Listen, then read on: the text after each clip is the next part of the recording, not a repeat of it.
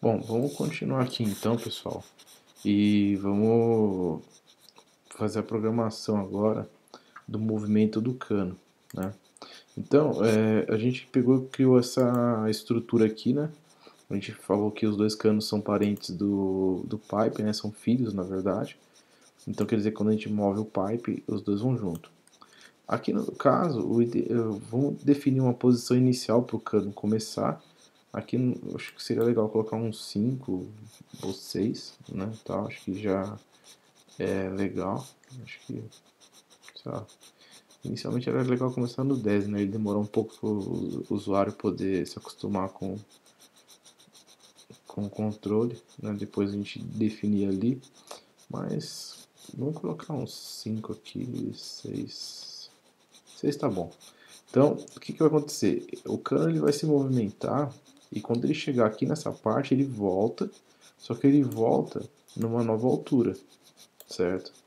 Então a gente vai ter que trabalhar esses dois aspectos, fazer ele retornar e mudar a altura dele.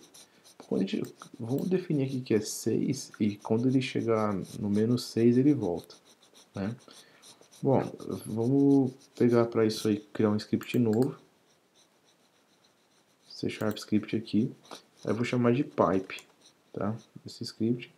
Vou colocar ele aqui no objeto pipe. Opa. Vou colocar aqui no objeto pipe aqui, né? Beleza, tinha dado um Ctrl Z, né, que eu tinha jogado no objeto errado ali. Então, tranquilo. Eu vou vir no editor de código aqui, né, no MonoDeveloper aqui. Vou pegar, recarregar ele aqui.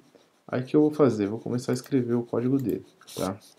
Então, para isso, a gente vai precisar de alguns atributos aqui. Então, eu vou precisar de uma velocidade para ele, né, para controlar a velocidade que ele vai se deslocar.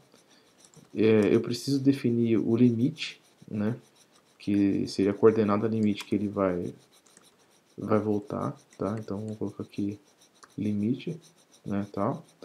E vamos colocar, além disso aí, vamos colocar também um limite superior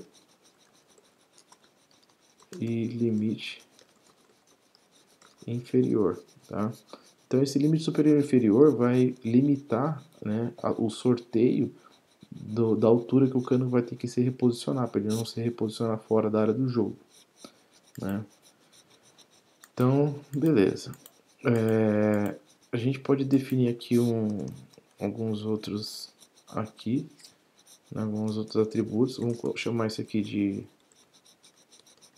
altura, né? Tal, que seria a altura que o pipe vai estar, né? Tal, acho que já é bacana. E acho que por enquanto é isso. Então a gente vai fazer assim, ó. Quando começar o jogo, né? A gente vai falar que a altura que o pipe vai estar vai ser igual, né? E a gente vai sortear uma altura aqui. Então para sortear, ó, handle.range e aqui a gente vai falar que o limite, aqui no caso inferior, e limite super, limite superior aqui, tá? Então beleza. Então aqui no caso ele faz o sorteio de uma nova altura, né? Opa, altura para o cano, né? Então ele vai fazer isso aí.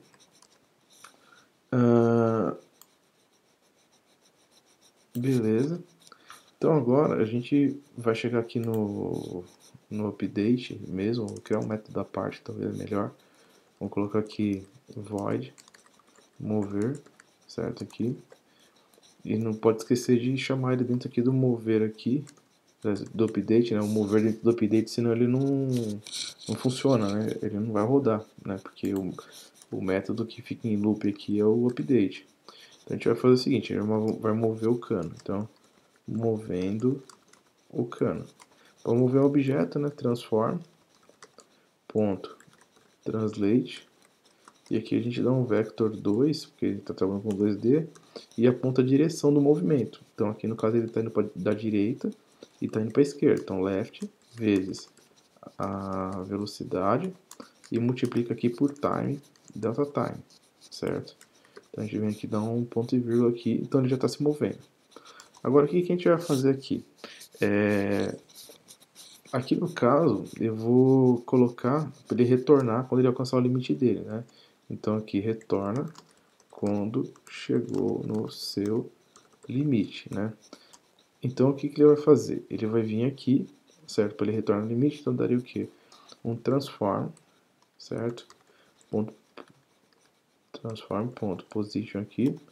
E agora aqui eu daria uma nova coordenada para ele. Então new vector 2, né? E ele vai pedir xy aqui dentro.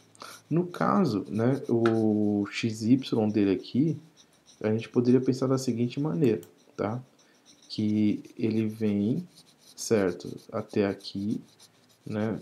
Ou ele está saindo da posição aqui, no caso do 6, então ele vai ter que voltar para o 6. Como a gente definiu já 6, eu poderia vir aqui simplesmente e falar que é 6, certo? Tá. Então, acho que aqui é bem mais tranquilo, tá? Ou então usar até o próprio limite, né? Só que invertido, enfim. Então aqui no caso eu vou colocar 6, né? Que é da onde ele partiu. Porém aqui agora, no caso da altura, eu teria que pegar, certo? E gerar uma nova altura para ele, né? Tipo, e fazer o sorteio ali. Aqui no caso, eu teria que copiar exatamente esse código aqui dentro aqui dessa região aqui, né? Então ficaria o que? Ficaria assim, ó, handle, né? Ponto range aqui. E aqui eu dou a coordenada sorteada. Então, ó, limite inferior, limite superior. Então aqui ele já sorteia pra gente aqui uma posição no eixo Y aqui, certo? Então aqui tranquilo.